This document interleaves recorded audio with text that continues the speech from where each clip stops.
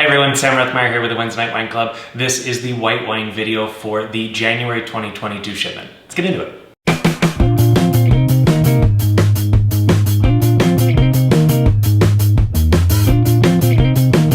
All right, really excited about the white wine for this month. This is Domaine Céline Jacquet. This is a wine coming from Roussette du Savoie, so that is the appellation.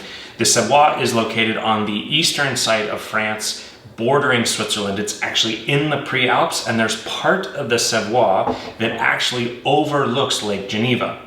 Now, Roussette, that appellation produces wines exclusively from a great variety, called Altesse. Altesse is very obscure. It is indigenous to this part of France, and you really don't see it planted anywhere else, honestly, in the world. Now, Céline started this domain in 2011. Before that, she was making wine in Beaujolais, which is the southern tip of Burgundy. It is a red wine making region, so very interesting that she was able to shift and make some of the most profound white wine I've had in a very long time. Altesse kind of lives in this unique place of having sometimes nuttier notes, hazelnut, walnut, but also with really great acidity and floral notes.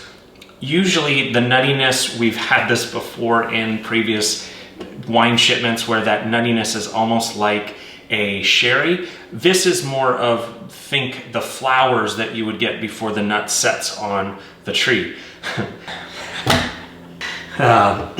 Anyways, so these wines are very aromatic, and I would actually say that this goes more into that Riesling territory, but with none of the sweetness. Really great acidity, again, where that Riesling component comes in, but truly unique. That actually brings up another really great point, which is how did this winemaking region that's on the eastern side of France survive?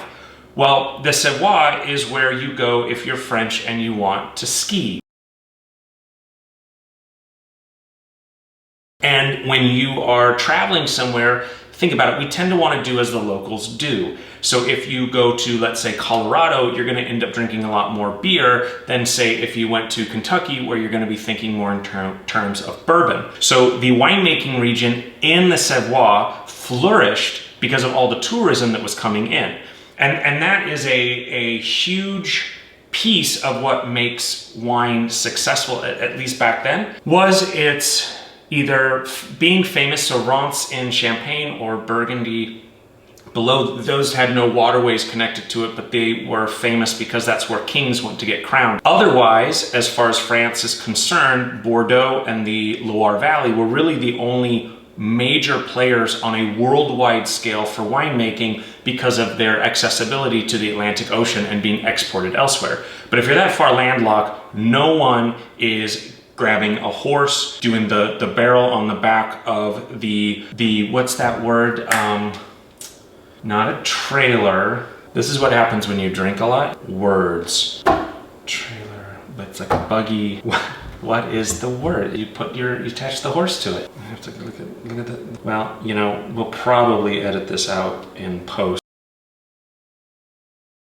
Cart. After all that, cart. So you are not going to get your horse, put barrels of wine on a cart, and then move it from the eastern side of France to a waterway that connects to the Atlantic Ocean. The wine is not going to survive due to the elements. You could get robbed. There's a litany of reasons why back then you wouldn't transfer wine great distances. So again, the only reason that the Savoie has succeeded and the wine making has continued on is because of tourism. Let's taste the wine.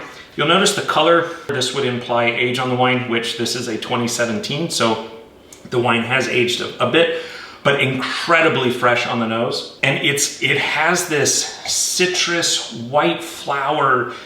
It's pretty aromatic, and the citrus I'm getting is winter citrus like mandarin orange. You do get that nuttiness that comes through, but again, it's very floral nuttiness rather than roasted nuts or peanuts. I mean, this is a very pretty wine. Definitely get that mandarin orange blossom, and a little bit of a petrol thing, which petrol, gasoline, you do get that in Riesling as well, so it's interesting to see the similarities here.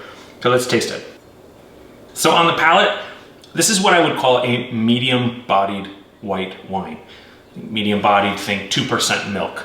Light-bodied wine being skim milk, and full-bodied being whole milk. It does coat your mouth, but that acidity cuts through and really balances out the wine. You get the citrus, the mandarin orange, and the acid is not overpowering.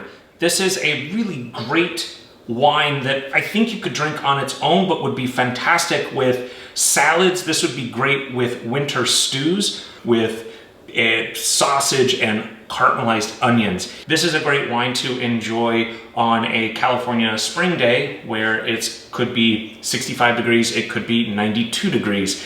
This is great if you are taking it up to go skiing or snowboarding. This wine pairs well with the mountains. All right, let me know what you think about the wine in the comment sections. Let me know what you pair it with. I hope you enjoy it as much as I do. Cheers.